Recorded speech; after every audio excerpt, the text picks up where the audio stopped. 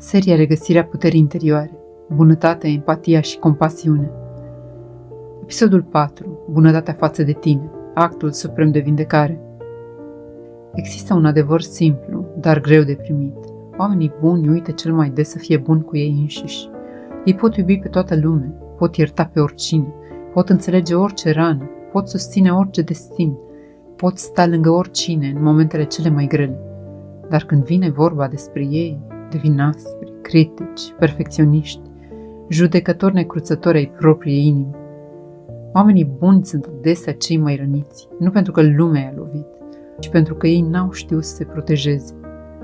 De aceea, bunătatea față de tine nu este egoism, este supraviețuire, este maturitate, este vindecare, este forma supremă de iubire.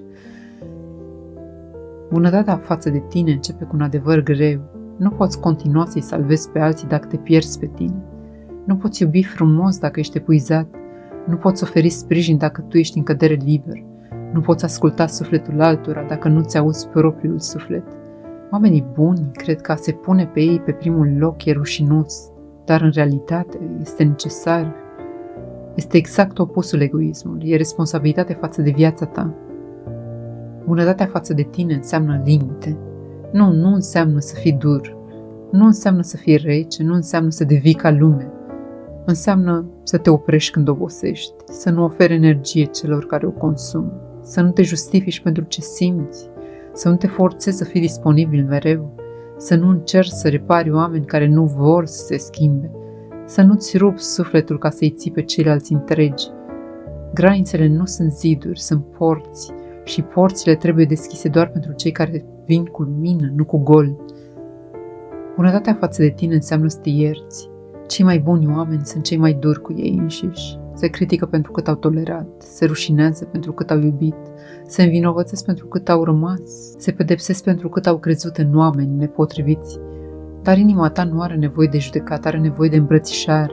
Să te ierți înseamnă să spui: am făcut tot ce am știut la momentul respectiv, am iubit cât am putut, am dat din ce am avut, acum pot altfel.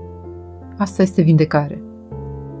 Bunătatea față de tine înseamnă să te alegi într-o lume în care toți cer, în care toți trag, în care toți caută refugiu în sufletele blânde. Cea mai mare revoluție este să spui: astăzi mă aleg pe mine. A te alege pe tine nu înseamnă să abandonezi pe cineva, înseamnă să nu te abandonezi pe tine. A te alege pe tine nu înseamnă să închizi ușa, înseamnă să o lași deschisă doar pentru ceea ce te respectă. A te alege pe tine nu înseamnă să fii egoist, înseamnă să fii viu. Bunătatea față de tine este baza tuturor celorlalte forme de iubire. Când ești bun cu tine, iubești fără frică, ajuți fără să te epuizezi, oferi fără să te golești, spui nu fără vinovăție, spui da fără teamă, alegi oameni care nu te consumă, nu mai cauți aprobarea lumii, nu te mai agăți de exterior. Bunătatea față de tine te ancorează, te stabilizează, te luminează și atunci bunătatea ta pentru ceilalți nu mai vine din nevoie, nici din rană, nici din lipsă, ci din abundență. Adevărul final: bunătatea față de tine nu este un gest, este o practică spirituală, este forma supremă de iubire, cea care te reașează în centru, cea care ți întoarce sufletul acasă, cea care te vindecă fără să ceară nimic altceva.